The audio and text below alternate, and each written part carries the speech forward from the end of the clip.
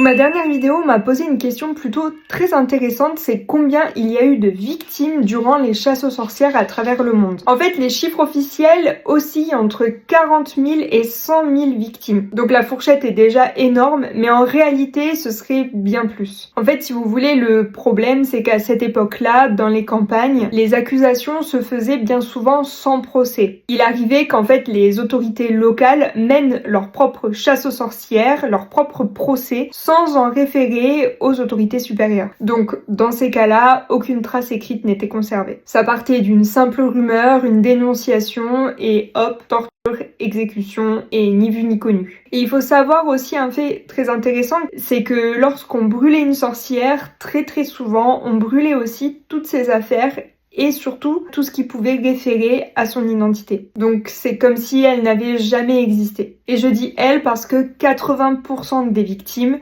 étaient des femmes. Il y a eu aussi des hommes et des enfants, mais ça restait des cas quand même plus isolés. C'était du coup des guérisseuses, des herboristes, beaucoup de sages-femmes aussi, je vous en avais parlé dans une vidéo, pourquoi les sages-femmes étaient particulièrement visées, ou encore des veuves isolées, ou au contraire des veuves ou des femmes qui avaient des biens et des richesses, donc des terrains par exemple, donc par jalousie, on allait l'accuser de sorcellerie, et puis une fois qu'elle était exécutée, on pouvait tout récupérer. Il y a d'ailleurs un cas comme ça, célèbre qui s'est passé à Salem aux États-Unis. Et d'ailleurs, en parlant des États-Unis, contrairement à ce qu'on pense, ce n'est pas là-bas qu'il y a eu le plus de victimes, mais bien en Europe. Et notamment l'Allemagne, l'Autriche, la Suisse et la France. Donc voilà, malheureusement, on ne connaîtra jamais le chiffre exact, mais j'espère quand même avoir répondu à vos questions. Et n'hésitez pas à vous abonner si vous aimez les histoires mystérieuses, paranormales et un petit peu occultes.